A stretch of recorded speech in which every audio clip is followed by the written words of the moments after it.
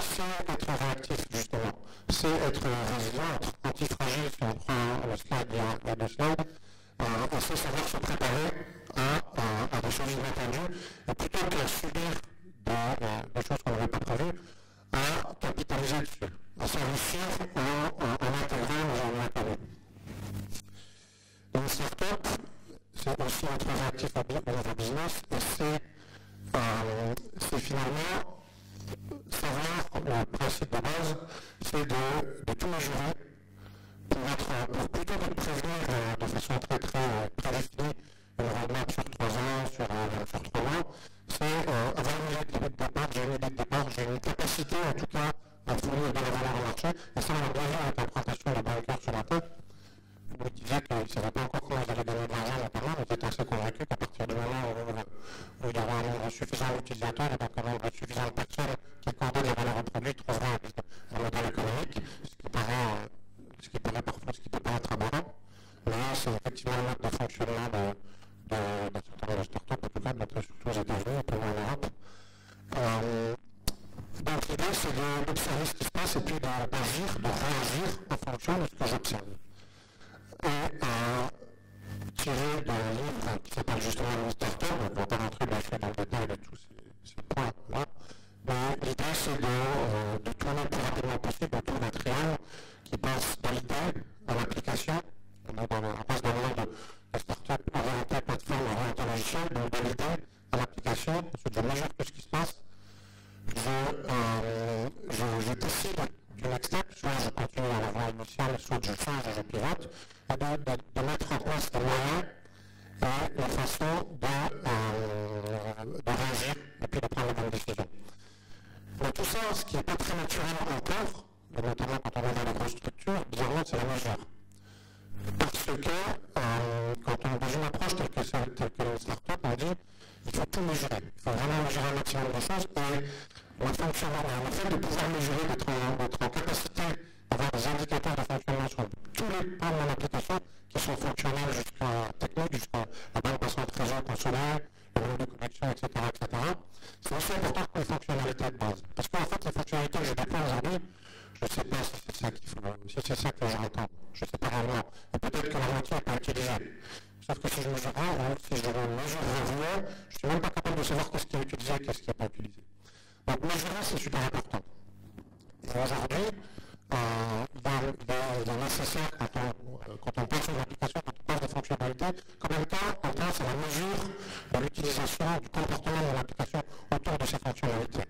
Et ça, c'est pas encore très naturel. Je ne sais pas pour ceux d'entre vous qui travaillent en SSDJ notamment, ou dans des grosses structures, dans des grosses banques, quand vous lisez un cahier de charge, il y a très peu d'argent qui parle de mesure.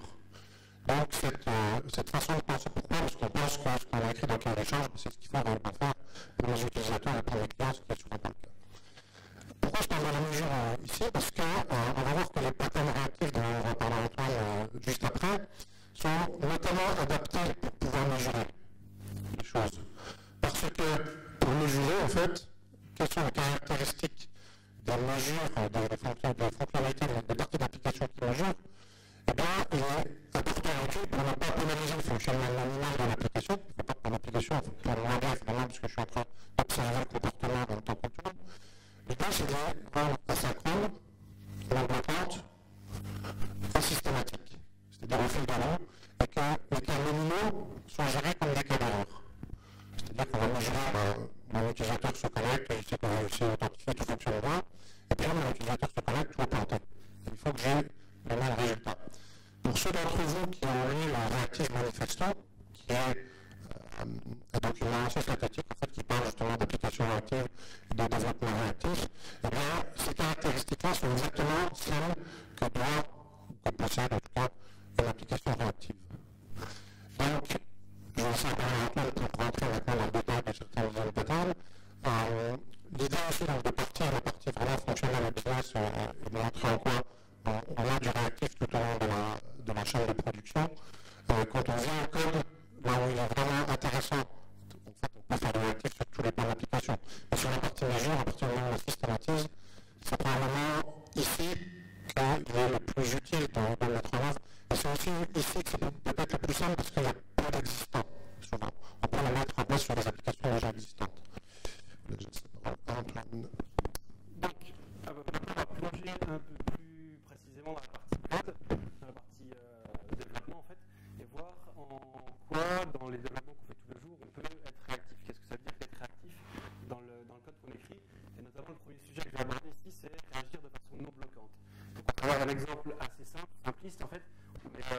illustrer en fait qu'est-ce que ça veut dire de développer de façon non bloquante. Le cas d'utilisation que je vais présenter ici est le suivant. Et il y a juste un petit problème sur le slide, mais c'est pas grave, on va quand même s'en sortir. Donc le cas d'utilisation assez simple, c'est un serveur reçoit une requête, une get user 1, 2, 3, 4, donc qui est l'identifiant du user, et pour répondre au client, pour résoudre cette requête-là, il doit rechercher l'utilisateur dans la base de données, donc l'utilisateur qui correspond à l'ID qui est passé. Il doit récupérer toutes les transactions de l'utilisateur via un service web, et il doit construire un objet JSON de retour avec ces informations-là et le renvoyer au client. Dans un modèle bloquant, de façon assez classique, ce qui aurait été fait ici, c'est qu'on reçoit la requête, on va faire une requête SQL dans la base de données pour charger les données de l'utilisateur. Pendant tout ce temps-là, en fait, de la requête SQL, le thread qui est dédié à traiter la requête HTTP, il est bloqué, il attend le travail qui est fait par la base de données. Une fois que la base de données répond, on récupère ces informations-là et on va envoyer une requête HTTP par le service web qui va nous lister les transactions. Là, de nouveau, le thread qui traite la requête, il est bloqué. C'est un autre service ailleurs qui travaille pour récupérer les transactions. Une fois que j'ai récupéré ces transactions-là, j'ai les données qui viennent de la base, les données qui viennent du service web, je vais construire une réponse commune et renvoyer tout ça à mon client. Donc si on schématise ça, en fait, on a un flow qui s'exécute de cette façon-ci. On a getUser, le thread principal qui est ici modélisé par la flèche, en fait, est bloqué et en attente ne fait rien, attend simplement que le système tierce réponde. Une fois qu'on a ces informations-là, on fait le getTransaction. De la même façon, on est bloqué, on attend.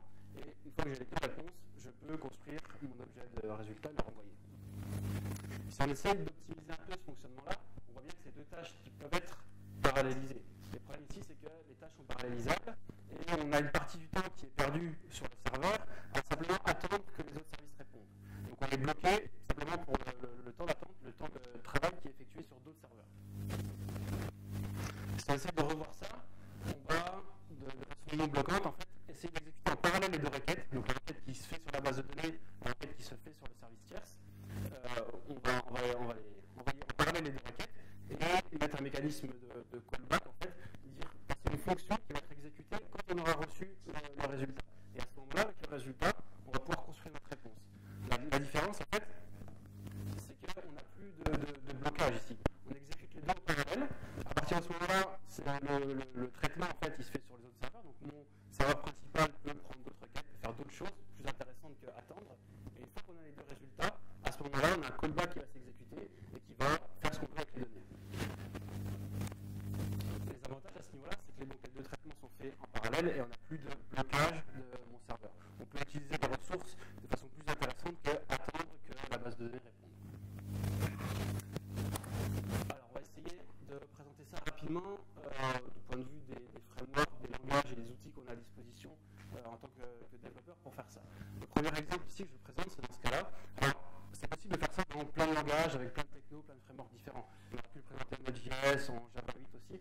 Ici, je commence par le présenter en Scala. Par ensuite, on verra dans d'autres langages comme on peut faire aussi. Donc, ce qui est intéressant dans Scala, c'est qu'on a des types natifs dans le langage. Donc, dans le SDK standard de Scala, on a des types, le type futur, qui est là pour exprimer ce traitement synchrone. C'est-à-dire que simplement, en utilisant une fonction qui retourne une future, j'exprime que la fonction va retourner un résultat, mais plus tard, à un moment de façon asynchrone, sans bloquer. Donc on va devoir, simplement par le type qui est exprimé ici, gérer ce comportement asynchrone en fait.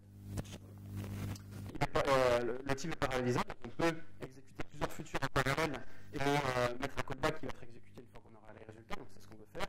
Et en plus c'est composable, c'est-à-dire qu'on peut, depuis notre code, dire ok, je vais faire appel vers la base de données qui me retourne une future. Ensuite, une fois que j'aurai les résultats, je ferai un autre appel vers un autre service. En fait, on va pouvoir composer de cette façon-ci nos différents futurs. Voilà comment ça peut se présenter en Scala. Donc ici, on a deux fonctions. Un load user from database qui retourne un futur de user, donc c'est-à-dire que le traitement va être synchrone et va me retourner à un moment donné un objet user. Et un load transaction from service qui va, lui, me retourner une future de liste de transactions. La séquence ici, c'est une liste de transactions. Donc c'est-à-dire que simplement par type, ici on exprime le fait que ces fonctions sont asynchrones.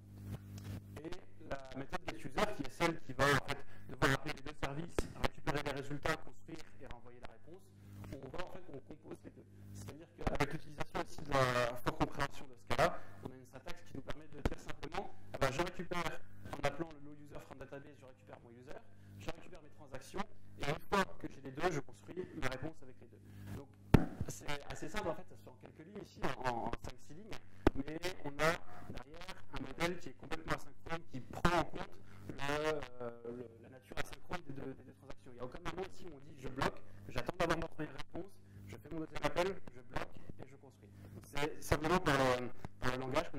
composer de cette façon-ci les deux appels.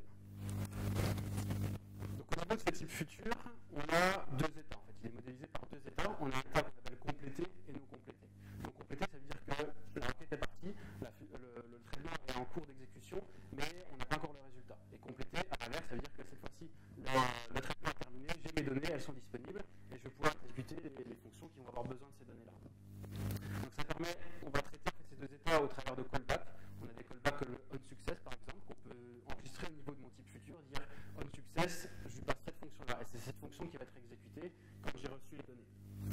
On peut également appeler des fonctions sur la donnée. Donc avec le mapping, en fait la fonction map, ça nous permet de dire j'appelle la récupération du user dans la base, et sur mon futur je fais un map, c'est-à-dire que je lui donne une fonction qui va être appelée pour transformer le résultat. Si on me retourne tout un objet user avec son nom, son prénom, et que ce qui m'intéresse c'est uniquement sur l'adresse email par exemple, dans la fonction de mapping, je peux dire dans toute la structure qui m'est retournée de la base, je vais récupérer que l'adresse email. C'est un mapping qui est appelé sur le résultat. Et avec l'utilisation de FlatMap, on va pouvoir enchaîner aussi en fait, ces différentes futures les unes avec les autres. C'est-à-dire utiliser le résultat de la future précédente pour passer un nouvel appel quand les données seront disponibles. Donc voilà, au travers du type futur que j'ai présenté ici rapidement, on voit qu'on peut mettre des callbacks, on peut réagir de façon asynchrone au code. Mais on a vu aussi qu'en fait, le type futur ici, il est utilisé en lecture. C'est-à-dire c'est simplement dire j'appelle un service et quand j'ai le résultat, je vais lire le résultat qui est dans la future et je vais faire quelque chose avec. De l'autre côté, en fait, il faut qu'on ait un moyen d'écrire dans des futures. C'est-à-dire, c'est l'inverse, c'est le type promise ici, qui va nous permettre de créer une future, de dire ça y est, j'ai les données, c'est le côté en fait, de dire j'ai les données, je complète la future, je lui change son état et je la mets au statut complété. Et ici, je présente un exemple avec l'API jQuery en JavaScript qui permet de traiter cette notion aussi de future promise. Donc au travers exactement le même exemple, hein, je ne vais pas détailler toutes les lignes, on a aussi avec les $.get deux appels qui sont faits de façon asynchrone, donc qui me retournent aussi du futur, et je crée le promise of user transaction en fait, qui est l'objet que je vais retourner, et je vais dire à un moment donné, quand j'aurai mes données, je vais le compléter, je vais lui passer les informations. Et c'est fait à l'aide de $.when, donc je dis quand j'ai récupéré le user et les transactions, alors avec l'utilisation de resolve ici, je complète l'état de ma future. C'est-à-dire que je lui donne les informations qu'il a besoin et les traitements qui vont s'enchaîner derrière vont pouvoir s'exécuter. Ici, les traitements que je fais, c'est quand j'appelle, je fais juste un ven sur les data et en fait je les log. Mais le code ici, la fonction qui est appelée ici, elle sera exécutée quand on aura reçu les deux données, qu'on aura combiné les deux informations et qu'on les aura passées au callback ici. Alors, je présente aussi la même chose, exactement le même principe, mais en Java 8. Parce qu'avec l'API dans Java 8, maintenant, on a des futurs aussi dans lesquels on va pouvoir écrire. Donc, avec l'utilisation ici du completable future, en fait, où j'ai exactement le même pattern, c'est exactement le même flux qui est utilisé. À la différence, ici, on n'a pas le $1, on a le all-off, on voit la méthode statique all-off sur completable future, qui nous permet de dire je vais exécuter la lambda qui est passée, donc dans le ven apply, on passe une lambda, une fonction qu'on passe en paramètre, elle va être exécutée quand mes deux futures précédentes vont être terminées. Donc le all-off, on va pouvoir mettre 2, 3, 4, autant de futurs qu'on veut, et lui passer une lambda qui va être exécutée quand toutes ces requêtes seront terminées. Donc on a une syntaxe qui est un peu différente et qui permet de faire exactement la même chose, qui permet d'exprimer les mêmes principes. Donc dans ce cas-là, on voit que l'objet promise est utilisé pour construire une future. Autant le futur est un type, on va dire, en lecture seule, qui permet juste de récupérer les données, autant le type promise, lui, on va pouvoir lui dire, je veux, en l'appelant resolve par exemple, ou je vais lui passer des informations, je vais écrire dans une future. Et une future a une propriété aussi particulière, forcément par construction, elle peut être complétée qu'une seule fois. Donc quand elle est passée de l'état non complété à l'état complété, quand tu lui as donné les données, c'est fini, on ne peut plus rien écrire dedans, c'est terminé. Parce que derrière, il y a du code qui va se déclencher, tous les callbacks vont s'exécuter quand elle va changer le statut. Donc on ne pourra pas, c'est impossible de compléter plusieurs fois une future. Donc ça c'est bien beau, ça a l'air fun, ça a l'air facile et pratique à utiliser, mais on fait complètement abstraction de toutes les erreurs qui peuvent se produire. On sait quand on accède à une base de données, quand on appelle un service web, REST, n'importe quoi, on a des cas d'erreur. Ça peut être des erreurs au niveau de la base de données parce que le user n'existe pas, la requête n'est pas bonne, ça peut être à cause du réseau. Et comment on va pouvoir gérer ces cas-là? C'est toute une problématique en fait de gérer ces cas d'erreur dans un contexte asynchrone parce que ça augmente la complexité. Le fait que ce soit asynchrone, comment on va pouvoir gérer les erreurs dans ce cas-là? Alors, une des façons de faire, c'est d'utiliser des callbacks spécifiques, le unsuccess, unfailure. Quand la feature est complétée, elle peut être complétée dans deux états différents. Elle peut être complétée, tout va bien, ok, j'ai récupéré les données, en cas de succès, ou elle peut être complétée en cas d'erreur, c'est-à-dire qu'il y a une exception qui est survenue, il y a un problème, n'importe lequel. Et on a des callbacks dédiés qui vont nous permettre de gérer ces différents cas. Un callback pour gérer le cas où on a bien les données, un callback, le unfailure, qui va nous permettre de gérer le cas où il s'est passé une erreur et on doit la traiter.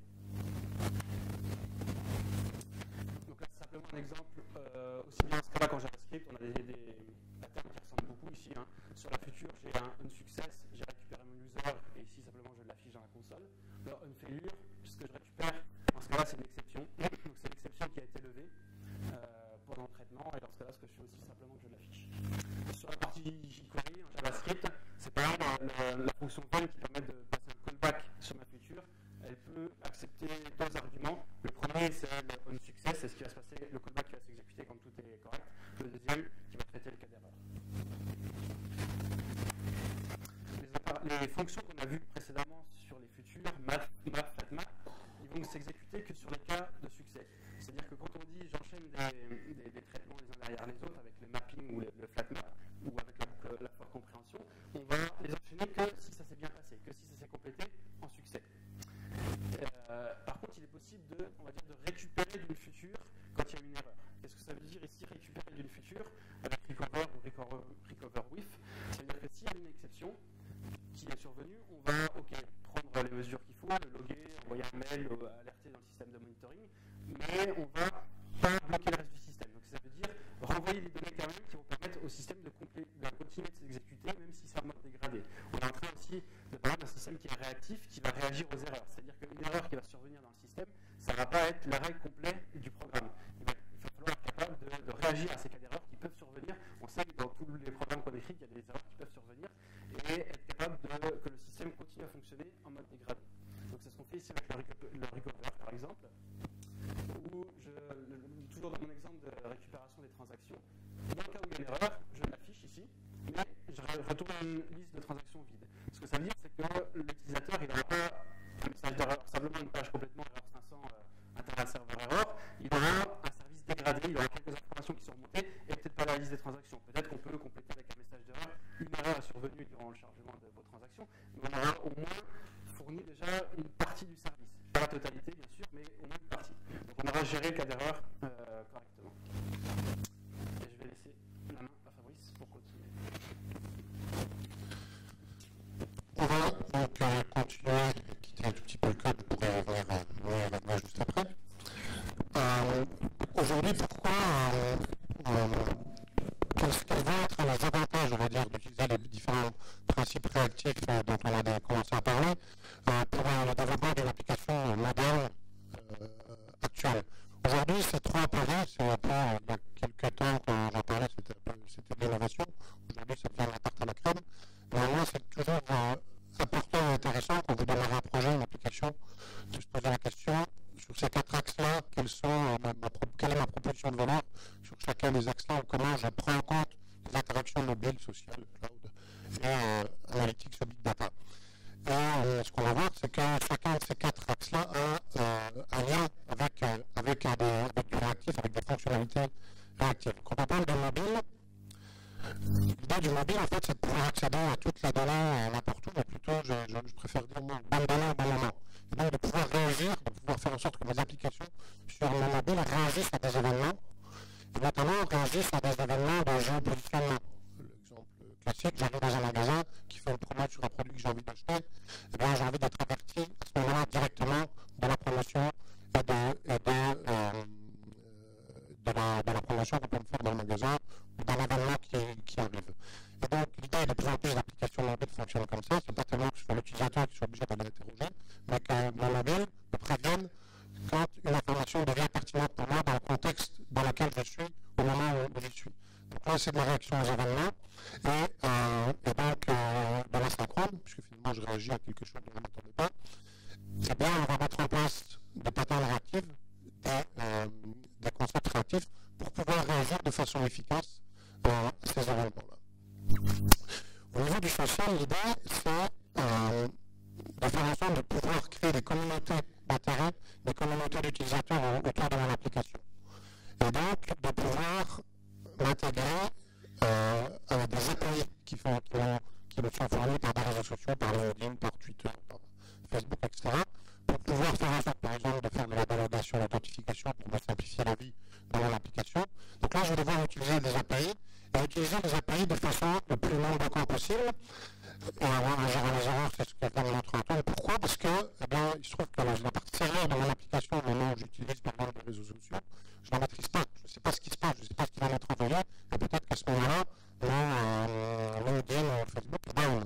Donc il va falloir mettre en œuvre ces concepts réactifs pour faire en sorte que mon application reste résiliente, quel que soit le temps de réponse des appels que je vais faire à ces réseaux sociaux, ou quelle que soit même la non-réponse qui peut survenir quand j'utilise les réseaux sociaux. La partie analytics, on parle aussi sur ces 4 pavillons Big Data, on parle de streaming. Là aussi, c'est quelque chose qui est très qui est original, on va dire là pour le coup, de mon point de vue, en tout cas, c'est ce qui est plus neuf dans la façon de développer, quand on développe de façon réactive. L'idée du streaming, c'est quoi? Aujourd'hui, quand on a accès à Internet, on a accès à des teraoctets, beaucoup de données, dont beaucoup arrivent en temps réel, notamment sur des fils Twitter par exemple. Il faut, là encore, les utiliser de façon la plus efficace possible, sur partir du fonctionnement normal de l'application. Comme j'ai des volumes de données que je ne maîtrise pas, je ne connais pas la taille, eh bien, je ne vais pas commencer par télécharger l'ensemble des données qui peuvent être pertinentes pour mon application, puis les utiliser, surtout quand on est sur mobile par exemple, et les utiliser une fois qu'elles ont été téléchargées dans mon serveur. Parce que là, ça ne va pas être efficace, et surtout, je sais peut-être qu'il y en a potentiellement une affinité. Donc là, l'idée de Reactive Stream, notamment, c'est de dire, eh bien, un peu comme le concept est pertinent, un peu comme on avait l'habitude pour regarder une vidéo il y a encore quelques temps, de télécharger les 600 mégas ou les quelques gigas de vidéo avant de commencer à regarder le film, ce qui prend un peu de temps. Aujourd'hui, on fait du streaming. Les applications sont faites pour ça. Et vous savez qu'il faut un acteur spécifique pour faire du streaming vidéo. Mais c'est la même chose avec les données. Quand on veut faire du streaming des données, et on verra un exemple précis tout à l'heure, eh bien, il faut que l'application soit conçue pour faire du streaming des données. Et ce n'est pas forcément si évident que ça, parce qu'il faut arriver à traiter les données au fur et à mesure où elles arrivent, il faut arriver à les couper à l'endroit, et puis à faire en sorte d'avoir un système qui, de façon très fluide, utilise les données au fur et à mesure où elles arrivent dans mon application, pendant qu'elles arrivent. Et ça, c'est pas naturel, et en tout cas, c'est pas avec des approches classiques, on ne sait juste pas faire ça. Et enfin, le dernier, c'est le cloud. Aujourd'hui, vous savez tous que pour aller le plus vite possible, pouvoir déployer l'application le plus vite possible, utiliser des infrastructures as a service ou des plateformes as a service, c'est ce qui fait du sens. Pour l'utiliser de façon, vous savez que le cloud est rarement, voire jamais gratuit. Donc là, l'idée aussi, c'est de pouvoir utiliser au mieux, de façon la plus efficace possible, la performance que j'ai acheté, la capacité, notamment le CPU et la mémoire, que j'ai acheté au niveau de mon provider de cloud. Et donc, pour l'utiliser de façon la plus pertinente possible, il faut éviter que, comme l'a montré Antoine dans l'exemple précédent, il faut éviter que l'application attende pendant trop longtemps. Et qu'à un moment donné, si elle fait qu'attendre, elle soit peut-être plus capable d'accepter de nouvelles requêtes. Donc là, c'est là aussi que la partie réactive des applications est intéressante, parce qu'elle va permettre, il y a aujourd'hui aussi, si vous regardez d'autres présentations, notamment de Scala, qui explique de façon très précise comment sont évoluées les technologies, notamment les technologies de processeurs, et pourquoi avant on avait en termes de gigahertz, de capacité à traiter des opérations très rapidement, on avait une croissance sur un cœur. Aujourd'hui, il faut être capable d'utiliser le multicœur. Et pour utiliser du multicœur, il faut faire de la programmation parallèle et de la programmation concurrente. C'est ce qui permet d'utiliser la ressource du cloud de façon la plus efficace possible. Donc on voit que, et tout ça, il faut le faire en temps réel. Et donc on voit que pour chacun de ces quatre pavillons, eh bien, on va aussi utiliser des pattern réactifs pour pouvoir mettre tout ça en œuvre. Donc un système réactif, finalement, quand on regarde sous l'angle dont on va parler ici, ça devient quoi? Ça devient finalement alors ça c'était la définition de vent, voilà. C'est un système qui va pouvoir permettre à l'évaluation qu'est-ce qui se passe là? C'est vrai que j'ai fait de façon voilà, de connexion simultanée sans remettre en cause ni sa structure ni son fonctionnement normal. Donc là l'idée, c'est le premier avantage d'utiliser des patterns réactifs et de développer de façon active, c'est ça. C'est de pouvoir être capable d'absorber des volumes de données, de traiter des volumes très importants et potentiellement infinis de données, puisque j'entends pas la fois, de façon minimale, et aussi d'avoir un nombre de connexions simultanées très important,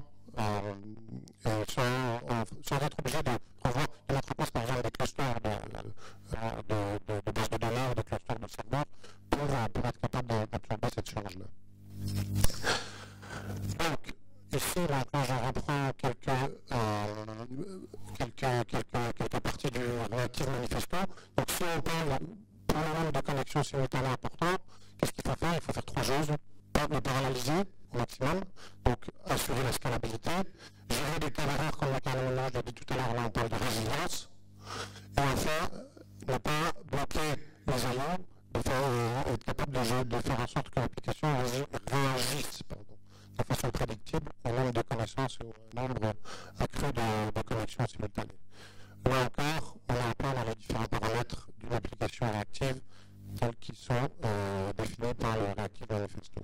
Un exemple concret, notamment sur du streaming, il est utile de mettre en œuvre un pattern réactif. Donc c'est un exemple que moi personnellement j'ai utilisé pour le Code Story 2013. Le Code Story, pour ceux qui ne connaissent pas, c'est un concours qui est organisé autour de DevOps. Et donc c'est un concours de développement, on va dire. Et en 2013, le sujet était l'optimisation, la dernière étape en tout cas, était l'optimisation d'un voyage spatial, peu importe les caractéristiques précises de l'optimisation. Mais il fallait être capable de traiter 4 mégaoctets d'oxygène pour 50 000 trajets en moins de 30 secondes de temps de vue de l'utilisateur. Et donc, on peut faire du réactif ici, donc il y a plusieurs façons de faire ça. La première, qui est la façon qui viendrait naturellement à l'esprit, on va dire, c'est de récupérer, donc on reçoit finalement une requête avec un période de JSON de 4 mégas, et bien finalement de recevoir cette requête sur le serveur directement en lisant en fait l'input stream d'une serveur, d'attendre que l'input stream arrive complètement sur mon serveur. Donc mes 4 mégas en fait ils sont téléchargés. Pendant ce temps-là, pendant tout le temps, le réseau ma palette JSON et la requête de le serveur attend que les données JSON arrivent. Et c'est seulement une fois que l'ensemble des données sont arrivées qu'on va commencer à les traiter. Donc, à les insérer dans un sortie de set, parce que l'algorithme faisait en sorte qu'il fallait trier les données, donc les mettre dans un sortie de set pour être capable de les exploiter ensuite. Donc, le premier parole. Et ensuite, le traiter, le passer en paramètre, sur sortie de set en paramètre du moteur d'optimisation qui va commencer l'optimisation à ce moment-là, pour donner le résultat. Comment faire ça de façon réactive? On va faire ça de façon réactive parce qu'on fait, on a la même chose, au départ, on reçoit la requête qui commence à arriver, et au fur et à mesure où le premier byte de données commence à arriver, et bien en fait, on va les mettre dans ce qu'on appelle, en tout cas dans l'implémentation que j'avais choisi à ce moment-là, un itératif, pour faire en sorte, au lieu d'ouvrir directement dans le stream un itératif, qui en fait va les passer directement dans la sortie de set. C'est-à-dire que dès que la première structure de données JSON va être arrivée sur le serveur, eh bien, je vais l'intégrer dans ma sortie de set. Et ce qui fait que quand l'ensemble de mes 4 mégas sont arrivés sur le serveur, dans la sortie de set aura déjà été complètement remplie à ce moment-là, elles sont déjà triées. Donc je peux travailler avec les données, donc les trier, en même temps qu'elles arrivent. C'est l'idée dont je parlais tout à l'heure, d'utiliser des streams de données et de travailler avec les données au fur et à mesure où elles arrivent. Ce qui fait que quand la dernière structure JSON est arrivée, je peux commencer l'optimisation à ce moment-là. Donc on voit que quand j'ai 4 mégas de données, 4 mégas c'est pas trop, mais si j'en avais eu 100 mégas, le temps de réponse finale aurait été très très sensiblement différent. Là on était ça se calcule en 15 secondes, la différence de temps de réponse en réalité sur les deux implémentations. Mais si on multiplie par 10 par 100 le volume de données, là on arrive vraiment à un temps important. Et là on optimise et puis on donne le même résultat. Le code pour faire ça, on ne va pas rentrer dans le détail de ce code-là, mais c'est du Scala, donc qui utilise des itératifs. On ferait probablement un peu différemment avec la dernière version de Scala. Mais là, l'idée, en fait, c'est d'avoir une structure de données une fonction qui est spécifique à la nature de la structure de données que je vais traiter. Pourquoi? Puisque vous comprenez bien qu'il faut les couper à la main, on va dire. Il faut couper la structure de données à la main. Je ne peux pas utiliser un parseur JSON complètement sur l'ensemble de la structure de données. Donc il faut connaître comment les données sont représentées. Et puis, et ensuite, en fait, on va, à chaque fois qu'on reçoit un nouveau chaîne de données, l'intégrer, l'insérer dans une sortie de set dès que j'ai récupéré une ligne de la structure de données. Voilà. Et ensuite, on a un body parser pour intégrer tout ça. Donc, on a un exemple concret, parce que parfois, c'est vrai qu'on peut entendre le streaming de données, c'est un peu abstrait. Un exemple concret, je fais du code sur un exemple réel, potentiellement réel en tout cas, utiliser du streaming de données et pertinent à améliorer les performances. Je crois que c'est à toi, Antoine. Je vais continuer sur la partie stream d'événements, en fait, stream de données, en présentant là aussi un exemple en JavaScript, un exemple assez simple, mais voir comment on peut travailler avec des flux de données, avec des flux d'événements, pour le coup ici dans le navigateur. Donc quand on travaille avec des événements, en fait, on a des producteurs et des consommateurs. On a des producteurs d'événements qui vont envoyer des événements et les consommateurs qui vont soit faire quelque chose avec, soit les transformer, soit les publier en ligne, soit faire quelque chose de différent. Et c'est vraiment d'avoir un faible couplage en fait, entre le producteur et le consommateur. Il n'y a pas de lien direct entre les deux.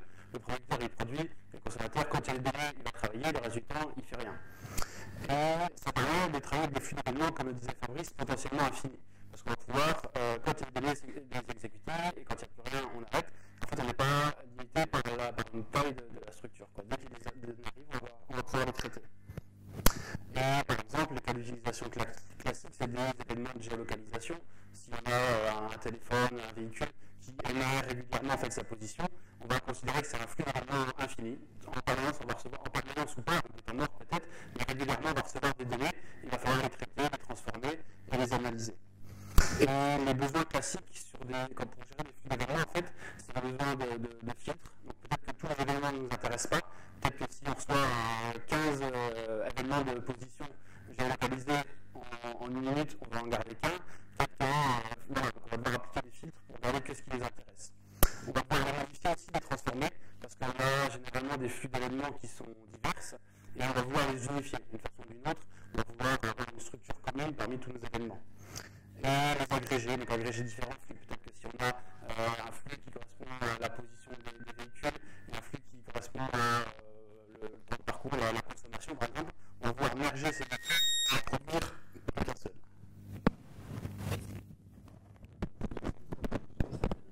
Ça va aller, je pense que ça va aller, j'espère.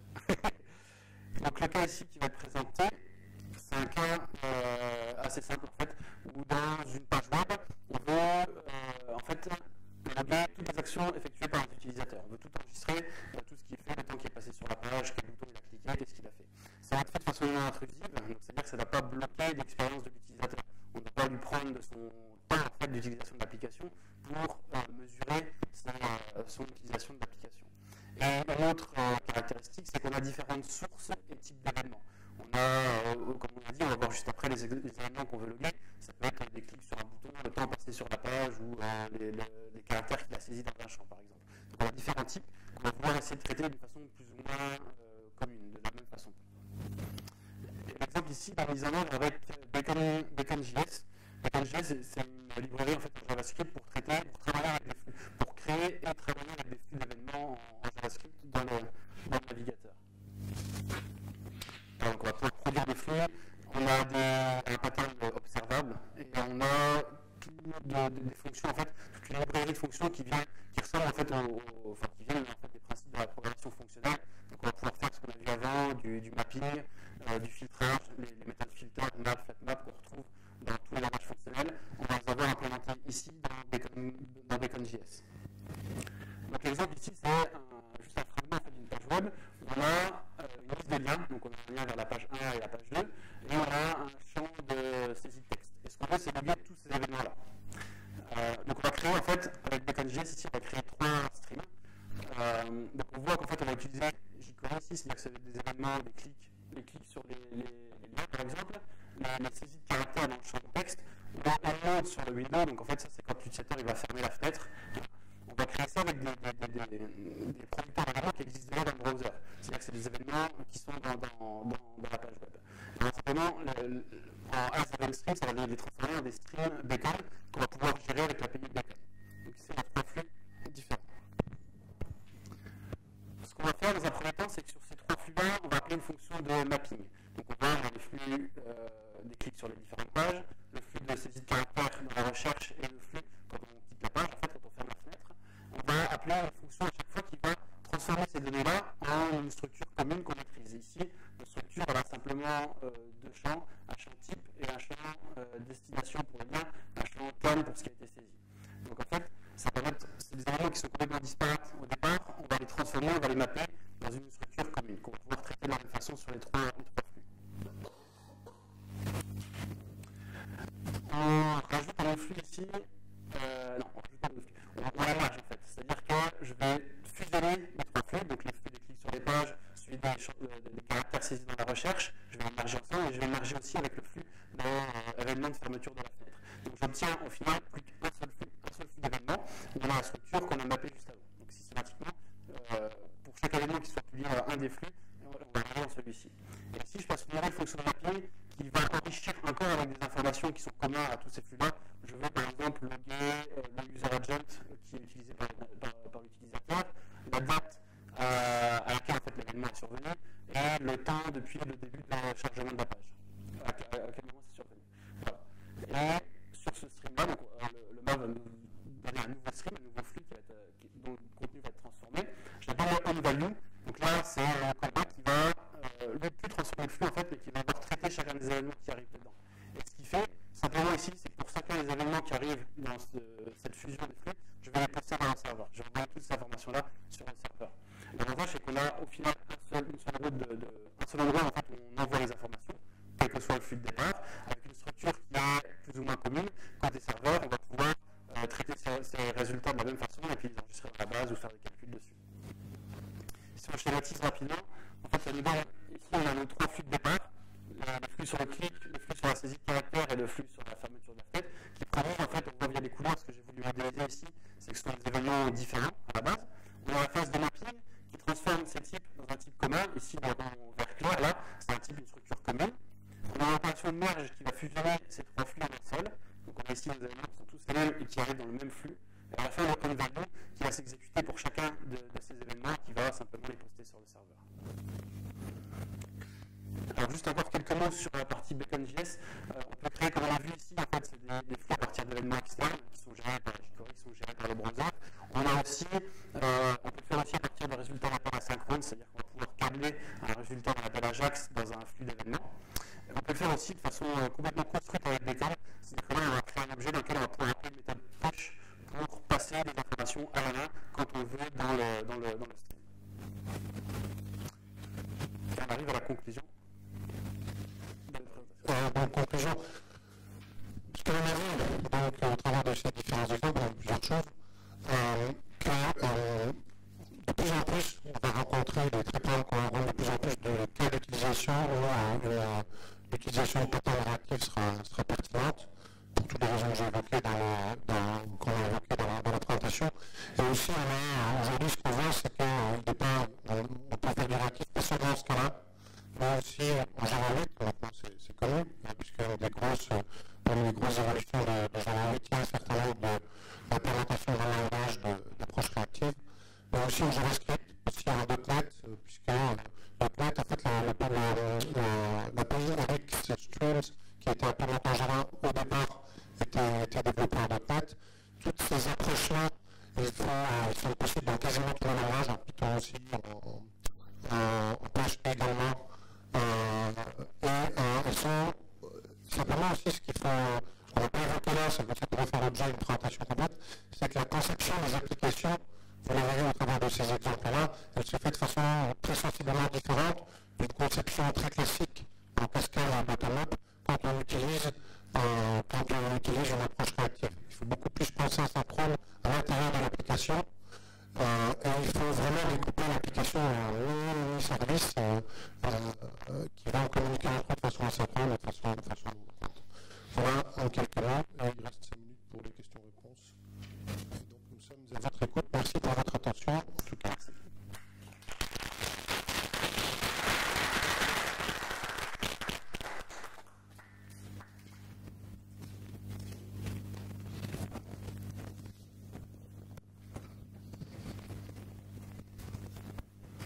Bonjour. Le fait de paralyser les traitements comme vous l'avez expliqué, est-ce que vous avez mesuré s'il y avait un impact important par rapport à l'architecture système de fonctionnement des plateformes?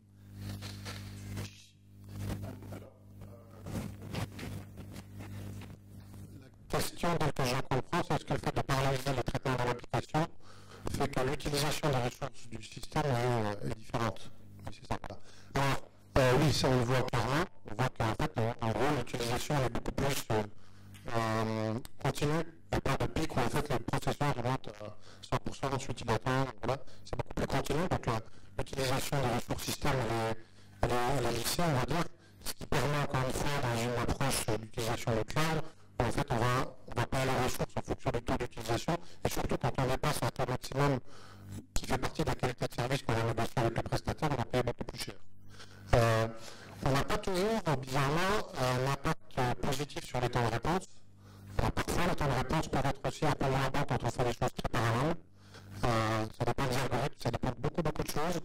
Mais il ne faut pas en tout cas croire qu'en appliquant ces principes de façon systématique, on a toujours un temps de réponse vu de l'utilisateur qui est plus faible. Ça arrive régulièrement dans la majorité des cas, mais on a des cas aussi, surtout en fonction de la nature des algorithmes ensuite, quand on est sur des calculs qui sont utilisés, où les temps de réponse sont moins bons en approche distribuée parallèle qu'en approche l'un après l'autre. Voilà. Ça demande aussi du tuning en fait, hein. C'est-à-dire que là on voit qu'on peut lancer toutes les tâches en parallèle, mais ça demande du tuning, c'est-à-dire qu'on ne peut pas lancer indéfiniment. Ça demande en fonction de l'infrastructure de dire ok, ben voilà, j'ai un pool de tâches qui vont pouvoir être exécutées en parallèle que je vais limiter en fonction des ressources sur ma machine. C'est pas non plus illimité.